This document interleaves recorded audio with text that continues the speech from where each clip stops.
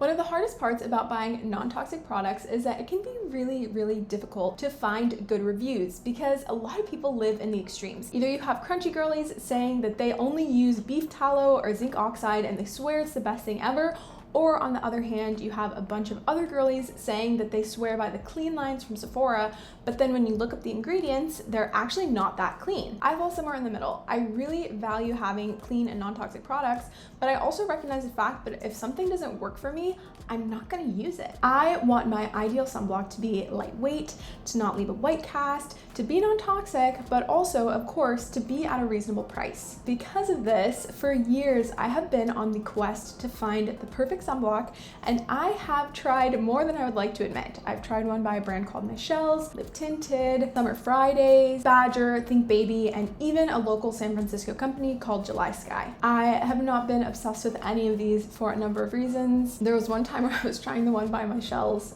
however it's pronounced. I was telling my roommate that I felt like it left a white cast on, and then later on that day when we went to work, she was like, "Are you feeling okay? You look really sick. You look like faintish." And I was like, oh, so definitely won't be using this one again. So that's exactly why we need honest reviews like these, because we don't want any of us walking around looking like ghosts. So in this video, I'm going to be reviewing 3 different sunblocks from a company called Solara Suncare. This is a non-toxic sunblock company that I have become super obsessed with. The majority of their products, both body and face, are all EWG certified, which means that they are only made with the cleanest of clean ingredients. And because I wear a sunblock every single day, and it's something that's going to be sitting on top of my skin for extended periods of time, not like a body wash or a face wash that's just going to be coming right off. I really want this to be a product that is actually good for not only my skin, but also the planet. All of their sunblocks are mineral based and made with non-nano zinc, meaning that they're not only good for me, but they're also good for coral reefs and other wildlife. So the first one that we are going to be talking about is the Time Traveler Activewear Face Peptide Moisturizer. So this one is SPF 30 and it is a moisturizer, so it does have a little bit of like a thicker, more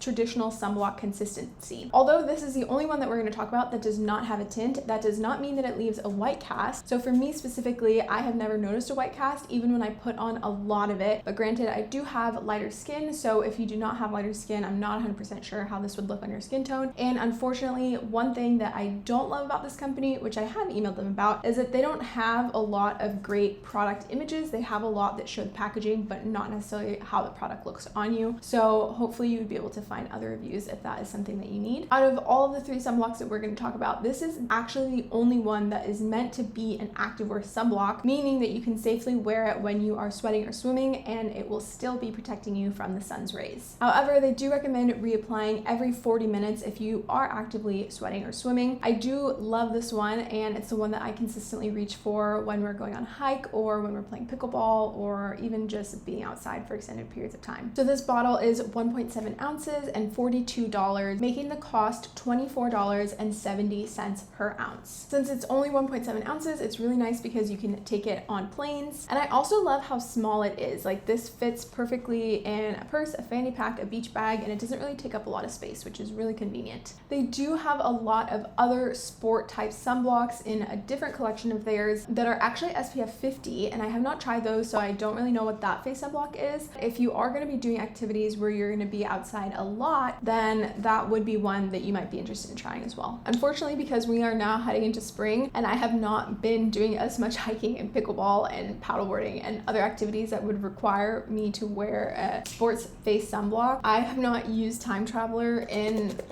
a long time. I'd say at least 6 to 8 months. When I went to go try to shake it up this morning so I could show you what it feels like on, it's all not together.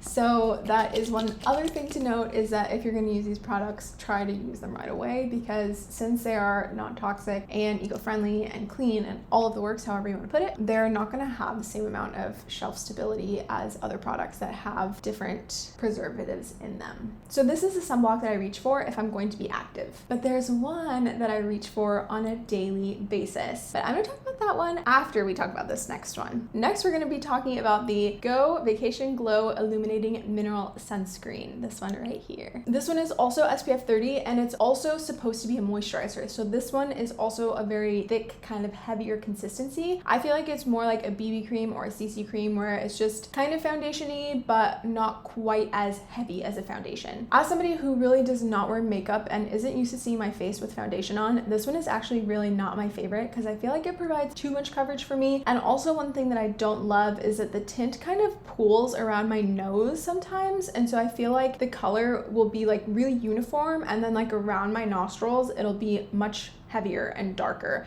And no one's ever commented on it before. Like, I don't really think it looks weird, but it's something that I noticed, so I just don't really love that. This one does have a tint, so it will not leave any white cast. However, if you do have darker skin, there is another option that we'll be talking about that might be better for you because this one only comes in one shade. So this bottle comes in 1.7 ounces and the cost for it is $25, making it only $14.70 an ounce. So that means that out of the 3 different sunblocks that we are discussing in this video, this one is definitely the most bang for your buck. Next up, we are going to be talking about my personal favorite, and I'm going to be completely transparent about all the pros and cons. Let's give it up for the one and only Fortune Teller. So this is the Fortune Teller Brightening Sunscreen Serum. Okay, I'm gonna be completely honest. When I found the sunscreen, I was like, all right, hun, this is it. The quest is over. The search is complete. Like, I have found my dream sunscreen. Because this one is branded as a serum rather than a moisturizer, the texture is a lot lighter than the other ones that we've talked about. The other thing is that it's nice because it's not just sunscreen, it's also skincare. It has different active ingredients like vitamin C in 2 different forms, as well as licorice root. So it's supposed to help even out your skin tone with continued use. And on top of that, it's also made with argan oil and hyaluronic acid. So it's also supposed to help lock in and retain more moisture in your skin. While I haven't really noticed an evening of my skin tone with continued use, and I have been using this for, and how long have I been using this? Like a year?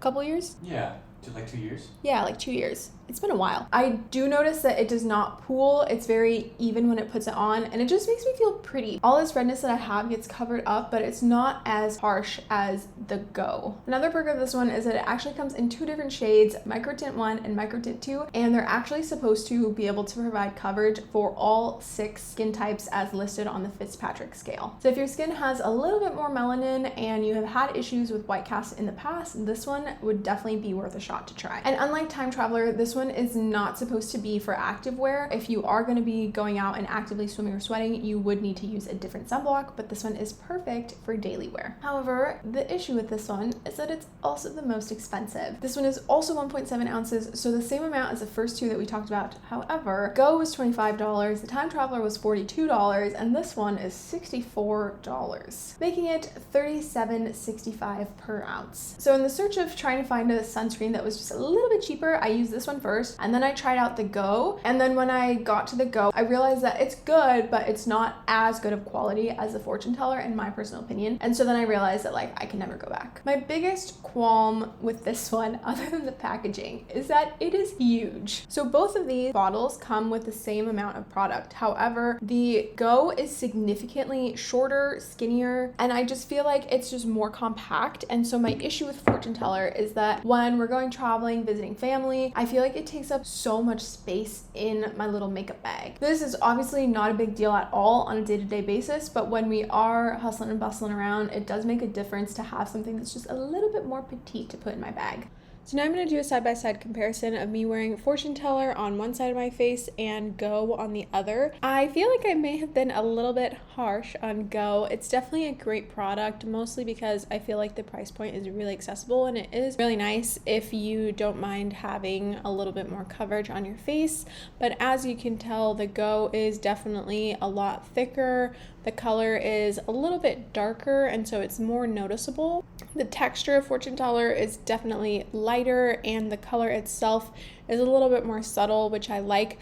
Both of them do have a little bit of shimmer to them, which is really, really pretty, but it still looks natural. They blend in really well to my face, providing enough coverage so that it evens my skin tone, but not so much that it's really obvious that I'm wearing something. Overall, all of these are amazing sunblocks for different reasons. If you need something that you can sweat in, get Time Traveler. If you want something that's tinted but still affordable, I would definitely go with the Go Vacation Glow. And if you want something lightweight and that also has a little bit of skincare benefits, I would definitely try try out Fortune Teller. If you have more questions, please leave them in the comments because I want to be as helpful as possible. And if you're looking for other non-toxic recommendations from products that I personally love and are tried and true in our household, go ahead and watch this video.